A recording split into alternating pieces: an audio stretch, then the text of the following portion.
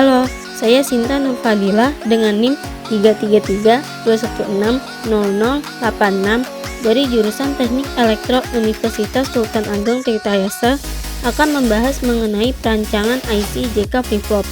Poin-poin yang akan saya bahas diantaranya yaitu ada JK Flip-Flop, CMOS pada JK Flip-Flop beserta simulasi, dan stick diagram dari perancangan IC JK Flip-Flop. Yang pertama, saya akan membahas mengenai JK Flip-Flop. JK Flip-Flop merupakan salah satu jenis flip-flop yang dibentuk dari SR Flip-Flop. Pada umumnya, JK Flip-Flop memiliki 3 input, yaitu J, K, dan clock, dan memiliki output key dan key complement.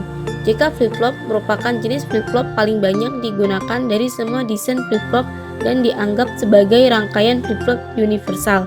Dua input berlabel J dan K bukan singkatan seperti S untuk set dan R untuk reset, akan tetapi untuk membedakan desain flip-flop dari tipe yang lain. Karena keistimewaannya ini, saya memilih JK Flip-Flop sebagai tema untuk tugas mata kuliah rangkaian terintegrasi. Rangkaian jenis ini juga nantinya akan diubah menjadi bentuk CMOS untuk perancangan IC. Perlu kalian ketahui, JK Flip-Flop dibangun berdasarkan rangkaian SR Flip-Flop dengan penambahan input clock. Seperti yang terlihat pada gambar, yang ini merupakan simbol dari JK Flip-Flop dengan input J, K, dan clock, disertai dua output yaitu key dan key complement. Untuk yang ini merupakan bentuk rangkaian JK Flip-Flop. JK Flip-Flop terdiri dari 4 gerbang NAND, di mana bagian ini merupakan rangkaian SR Flip-Flop. Berikut ini merupakan tabel kebenaran dari JK Flip-Flop.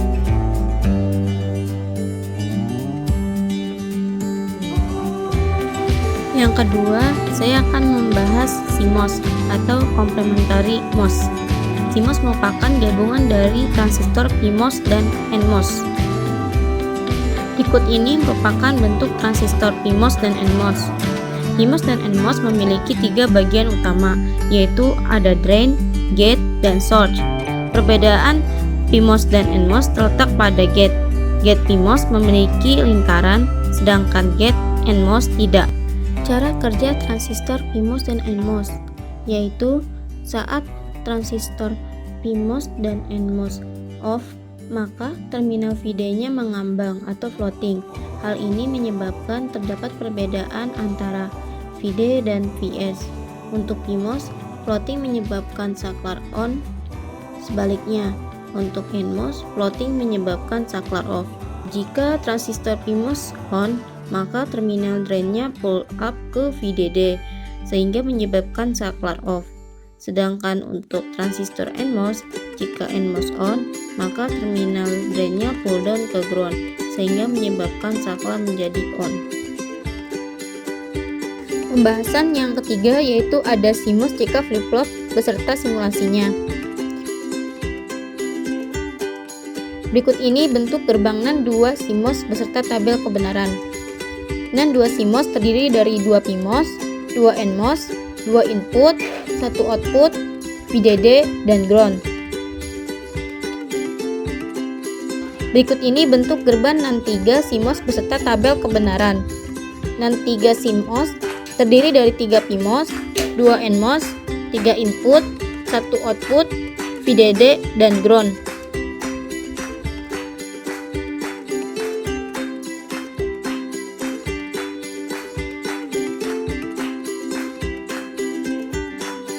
Berikut ini simulasi NAND 2 dan NAND 3 pada software DSCH. Oke, di sini saya akan memulai simulasi untuk CMOS gerbang NAND dengan input 2 dan CMOS NAND dengan input 3. Yang pertama saya akan memulai simulasi dengan NAND input 2. Oke, ini keadaan awalnya. Ketika semua input bernilai 0, maka outputnya nilai 1. Jika kita masukkan input 2 sama dengan 1, output tetap tetap 1. Oke, kemudian input 1 kita masukkan 1, output tetap 1, dan jika kedua input kita masukkan 1, output mati. Oke, kita lanjut ke 6 dengan input 3. Jika kita masukkan input 5 sama dengan 1, output tetap 1. Jika kita masukkan input 4 sama dengan 1, output tetap 1. Dan jika kita masukkan input 3 dengan 1, maka output tetap 1. Oke, kemudian jika kita masukkan input 5, dimatikan dulu, input 5 dan input 4 sama dengan 1, output tetap 1. Dan jika kita masukkan input 3 dan input 4 sama dengan 1, output masih tetap 1. Dan jika kita masukkan ke semua input bernilai 1, maka output mati.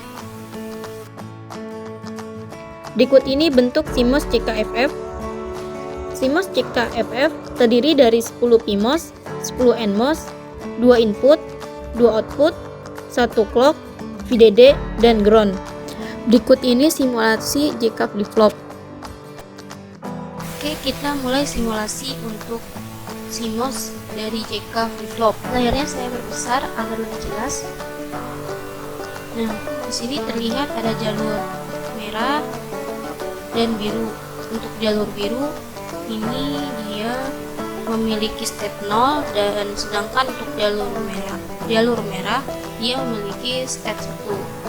Dan sini juga ada jalur abu-abu yang menandakan dia tidak memiliki state atau state X.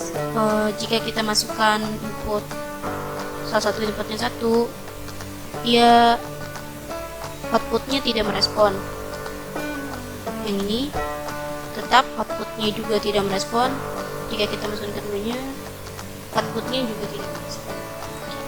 Ini bukan berarti ada rangkaian yang salah, tapi kita harus memisahkan salah satu inputnya ini berlogika 0 atau 1.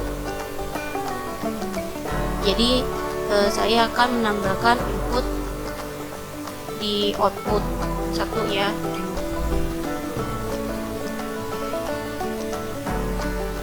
Oke. Nah, di sini saya akan memisahkan output satunya itu berlogika 0. Nah, di sini terlihat sudah tidak ada lagi jalur yang berwarna abu-abu.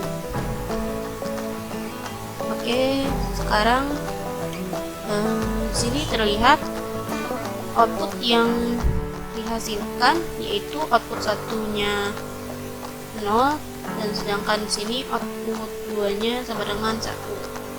Jika kita lihat pada tabel kebenaran, di sini terdapat kata keterangan memori pada jika clocknya 0 dengan input J dan K-nya X atau apapun input dari J dan K, dan di sini juga ketika clocknya 1 saat logika J dan K-nya bernilai 0, maka menghasilkan output JN atau memori. Nah, ini menandakan dia ini sudah menjadi memori ya, sehingga pada saat J dan K-nya bernilai 0 dengan perubahan clocknya 0 dan 1, maka dia outputnya akan tetap seperti ini.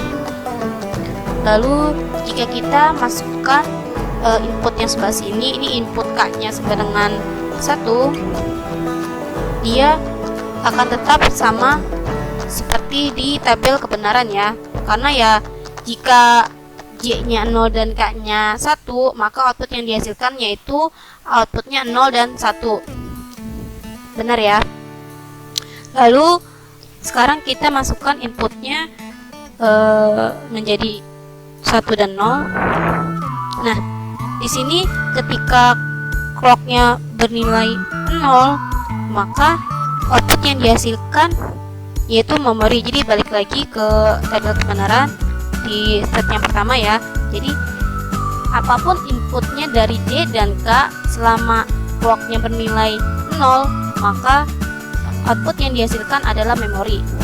Nah, ini sudah berubah ketika clocknya 1, maka outputnya akan berubah seperti ini dengan 1 dan 0, dan ini sesuai dengan tabel kebenaran. Jadi dia ini akan berubah jika clocknya ini bernilai 1. Oke, jika kita masukkan semua input yang bernilai 1, nah dia masih tetap seperti sebelumnya, dan ini yang dimaksudkan dengan memori.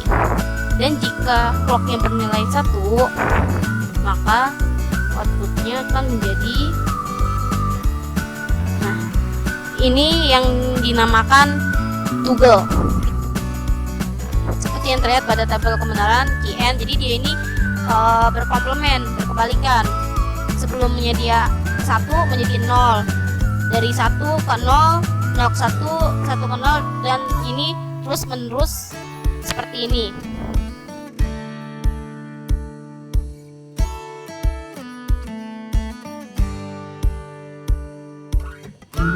Pembahasan yang terakhir yaitu ada stick diagram JK flip-flop.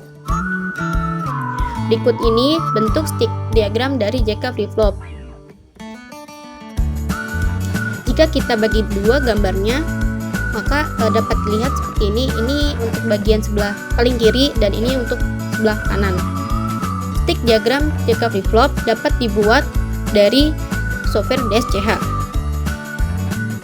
Cara membuat stick diagram dari software DSCH yaitu yang pertama, buka terlebih dahulu rangkaian yang telah dibuat, kemudian pilih menu file dan pilih make verilog file. Udah klik oke. Kemudian di sini ada keterangannya verilog description write in. Jadi keterangan deskripsi dari verilognya itu ditulis pada alamat yang ini dalam bentuk format TXT. Di sini modul namanya yaitu CMOS JKFF, lalu kita klik OK. Nah, kemudian kita buka software Microwin-nya, lalu kita pilih menu compile verilog. Oke.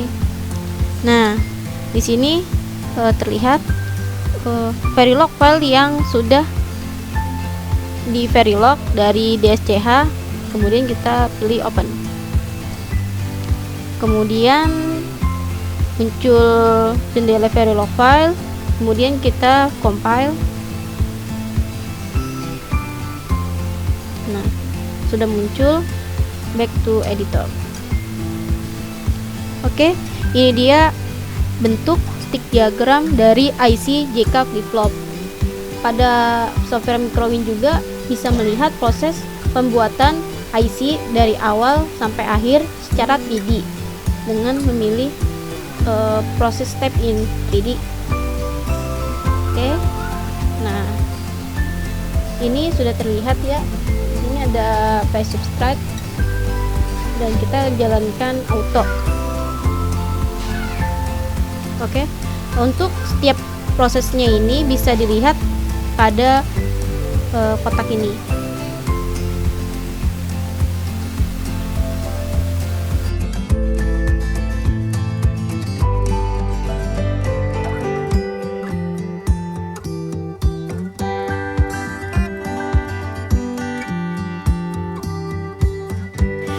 Prosesnya saya skip karena cukup lama. Dan ini bentuk akhir dari IC JK flip-flop. Oke, demikian penjelasan mengenai perancangan IC JK flip-flop. Kurang lebihnya saya mohon maaf. Terima kasih bagi yang sudah mendengarkan. Sampai jumpa lagi.